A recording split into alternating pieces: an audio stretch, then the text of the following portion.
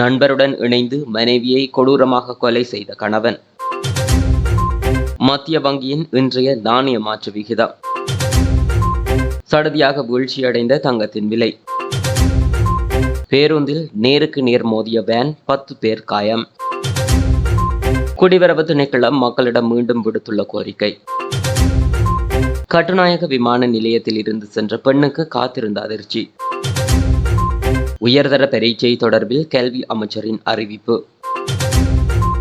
அரச ஊழியர்களின் சம்பள விவகாரம் தொடர்பில் எடுக்கப்பட்டுள்ள தீர்மானம். கொழும்பு தலகேன பகுதியில் உள்ள வீடொன்றில் வைத்து கணவன் தனது நண்பருடன் இணைந்து மனைவியை கொலை செய்துள்ளதாக தலங்கம போலீசார் தெரிவித்துள்ளனர். 31 வயதுடைய மனைவியை கொலை செய்துள்ளதாக தலங்கம போலீசார் தெரிவித்துள்ளனர். சம்பவத்தில் உயிரிழந்த 31 வயதுடைய பெண் தனது கணவருடன் வாடகை அடிப்படையில் வீடொன்றில் வசித்து வருவதாகவும் விசாரணையில் தெரியவந்துள்ளது. சந்தேக நபரும் அவரது நண்பரும் கூறிய ஆயுதத்தால் வீதியில் வைத்து பெண்ணை கொலை செய்துவிட்டு வீட்டின் கதவை பூட்டிவிட்டு சென்றுள்ளமையும் கண்டுபிடிக்கப்பட்டுள்ளது. இதனையடுத்து சந்தேக நபர்கள் இருவரும் முறைப்பாடு செய்துள்ளதாகவும் போலீசார் தெரிவித்துள்ளனர்.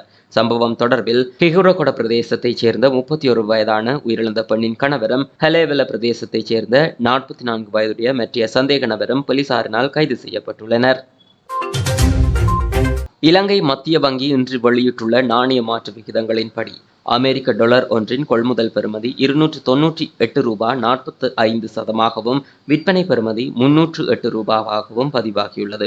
ஸ்டேலிங் பவுண்ட் ஒன்றின் கொள்முதல் பெறுமதி 378 ரூபாய் 80 சதமாகவும் விற்பனை பெறுமதி 393 ரூபாய் 63 சதமாகவும், இதேவேளை யூரோ ஒன்றின் கொள்முதல் பெறுமதி 319 ரூபாய் 66 சதமாகவும் விற்பனை பெறுமதி 333 ரூபாய் 24 சதமாகவும், சுவிஸ் பிராங்க் ஒன்றின் கொள்முதல் பெறுமதி 330 ரூபாய் 49 சதமாகவும் விற்பனை பெறுமதி 346 ரூபாய் 22 சதமாகவும், கனேடிய டாலர் ஒன்றின் கொள்முதல் பெறுமதி 215 ரூபாய் 61 சதமாகவும் விற்பனை பெறுமதி 224 ரூபாய் 97 சதமாகவும், ஆஸ்திரேலிய டாலர் ஒன்றின் கொள்முதல் பெறுமதி 195 ரூபாய் 7 சதமாகவும் விற்பனை பெறுமதி 205 ரூபாய் 2 சதமாகவும், மேலும் ஜப்பானிய ஜென் ஒன்றின் கொள்முதல் பெறுமதி 1 ரூபாய் 88 சதமாகவும் விற்பனை பெறுமதி 1 ரூபாய் 96 சதமாகவும் பதிவாகியுள்ளது.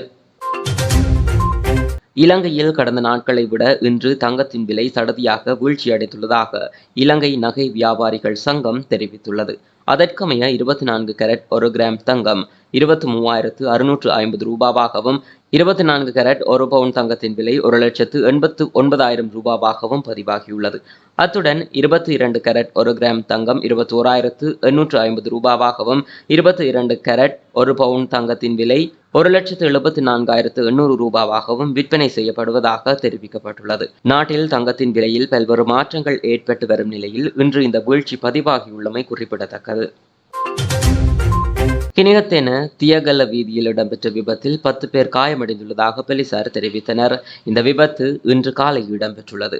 கண்டியில் இருந்து ஹட்டன் நோக்கி பயணித்த தனியார் பேருந்தும் ஹட்டனில் இருந்து கண்டி நோக்கி பயணித்த வேன் ஒன்றுமே இவ்வாறு விபத்துக்குள்ளாகியுள்ளன. விபத்தின் போது பேருந்தில் பயணித்த 8 பேரும் வேனில் பயணித்த 2 காயமடைந்துள்ளனர். இதனையடுத்து காயமடைந்தவர்கள் சிகிச்சைகளுக்காக அருகில் உள்ள வைத்தியசாலையில் அனுமதிக்கப்பட்டுள்ளனர். விபத்து தொடர்பில் பேருந்தின் சாரதி கைது செய்யப்பட்டுள்ளதாக போலீசார் மேலும் தெரிவித்துள்ளதுடன் ஹட்டன் கொழும்பு பிரதான வீதியில் மழை பெய்து வருவதால் அவ்வழியாக வாகனங்களை செலுத்தும் போது அவதானத்துடன் வாகனங்களை செலுத்துமாறு கினிகத்தென போலீசார் சாரதிகளிடம் கோரிக்கை விடுத்துள்ளனர். கடவுச்சீட்டுக்கு விண்ணப்பிக்கும் போது தெளிவான தேசிய அடையாள அட்டையை கொண்டு வருமாறு குடிவரவு திணைக்களம் மக்களிடம் அவசர கோரிக்கை விடுத்துள்ளது. பழைய தேசிய அடையாள அட்டைகளை கொண்டுள்ள விண்ணப்பதாரர்கள் புதிய தேசிய அடையாள அட்டையுடன் தமது பணிகளை மேற்கொள்ள வரும்போது கடவுச்சீட்டை பெற்றுக்கொள்வது இலகுவாக இருக்கும் என குடிவரவு மற்றும் குடியகல்வு கட்டுப்பாட்டாளர் ஹர்ஷ இலுக்பிட்டிய தெரிவித்துள்ளார். தற்போது வரையிலும் குடிவரவு குடியகல்வு திணைக்களம் மற்றும் ஆட்பதிவு திணைக்களத்தின் தரவுகள் இணைக்கப்பட்டுள்ளது. எனினும் இன்னமும் டிஜிட்டல் அடையாள அட்டைகள் வெளியிடப்படவில்லை. இதனால் கடவுச்சீட்டு பெற வேண்டும் என்றால் புதிய மற்றும் தெளிவான அடையாள அட்டையுடன் வந்து சேவையை பெற்றுக் கொள்ளுங்கள். கடந்த சில நாட்களாக தெளிவற்ற அடையாள அட்டையுடன் வந்து பலர் சேவையை பெற்றுக்கொள்ள முடியாமல் திரும்பி செல்கிறார்கள். இதனால் புதிய அடையாள அட்டையை விண்ணப்பித்து பெற்றுக்கொண்டு கடவுச்சீட்டு பெற வாருங்கள். அனைத்து நாடுகளாலும் ஏற்றுக்கொள்ளப்படும் கடவுச்சீட்டை வழங்குவதே தமது திணைக்களத்தின் எதிர்பார்ப்பாகும் என அவர் மேலும் தெரிவித்துள்ளார். கட்டுநாயக்க விமான நிலையத்திலிருந்து கொழும்பிற்கு சென்று கொண்டிருந்த பெண்ணொருவர் விபத்திற்கு உள்ளாகியுள்ளார். வெளிநாடு செல்லும் கணவனை விமான நிலையத்திற்கு விட்டு வீடு திரும்பிய வேளையில் விபத்து ஏற்பட்டுள்ளது. கிரிபத்கொட ஹுனுபிட்டிய வீதியில் உள்ள பாதசாரி கடவையில் நேற்று இரவு 11:15 மணியளவில் இந்த விபத்து இடம்பெற்றுள்ளது. கொள்கலன்களை ஏற்றி செல்லும் பாரவூர்தியுடன் அதிநவீன கார் மோதியதில் இந்த விபத்து ஏற்பட்டுள்ளது. காரின் காற்று பலூன்கள் இயக்கப்பட்டதால் ஓட்டி வந்த பெண் காப்பாற்றப்பட்டதாக போலீசார் தெரிவித்தனர். காரின் பின்பக்கத்தில் இருந்த ஒருவர் சிறு காயங்களுடன் கிரிபத்கொட வைத்தியசாலையில் அனுமதிக்கப்பட்டுள்ளார். கண்டெய்னரின் வலது புறத்தில் இருந்த எரிபொருள் தொட்டி மீது கார் மோதியது.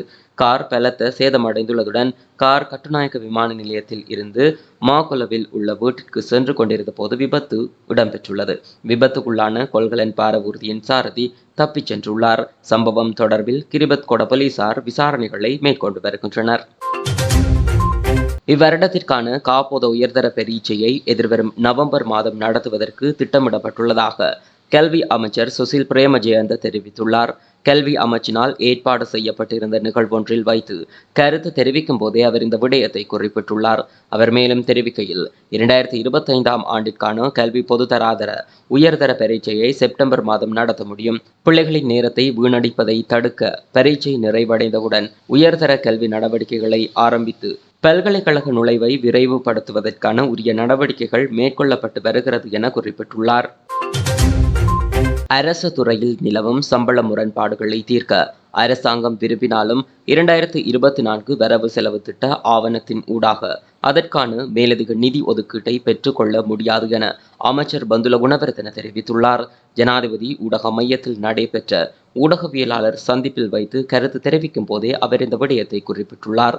அவர் மேலும் தெரிவிக்கையில் அரசு திணைக்களங்கள், அரசு கூட்டுத்தாபனங்கள் மற்றும் சட்டப்பூர்வ வாரியங்களின் சம்பள முரண்பாடுகள் உள்ளிட்ட சம்பள பிரச்சினைகளுக்கு தீர்வு வழங்குவதற்கு ஜனாதிபதியின் செயலாளர் மற்றும் நிதி அமைச்சின் செயலாளர் அடங்கிய குழு ஒன்று ஏற்கனவே நியமிக்கப்பட்டுள்ளது. அதன்படி 2025ஆம் ஆண்டுக்கான வரவு செலவு திட்ட ஆவணத்தில் தீர்வுகளை முன்மொழிந்து முழுமையான தீர்வுகளை வழங்குவதற்கு ஜனாதிபதி ரணில் விக்ரமசிங்க தலைமையிலான அமைச்சரவை தீர்மானித்துள்ளது என குறிப்பிட்டுள்ளார். நண்பருடன் இணைந்து மனைவியை கொடூரமாக கொலை செய்த கணவன். மத்திய வங்கியின் இன்றைய நாணய மாற்று விகிதம். சடதியாக வீழ்ச்சியடைந்த தங்கத்தின் விலை. பேருந்தில் நேருக்கு நேர் மோதிய வேன் 10 பேர் காயம். குடிவரவு திணைக்களம் மக்களிடம் மீண்டும் விடுத்துள்ள கோரிக்கை. கட்டுநாயக்க விமான நிலையத்தில் இருந்து சென்ற பெண்ணுக்கு காத்திருந்த அதிர்ச்சி. உயர்தர பரீட்சை தொடர்பில் கல்வி அமைச்சரின் அறிவிப்பு. அரச ஊழியர்களின் சம்பள விவகாரம் தொடர்பில் எடுக்கப்பட்டுள்ள தீர்மானம்.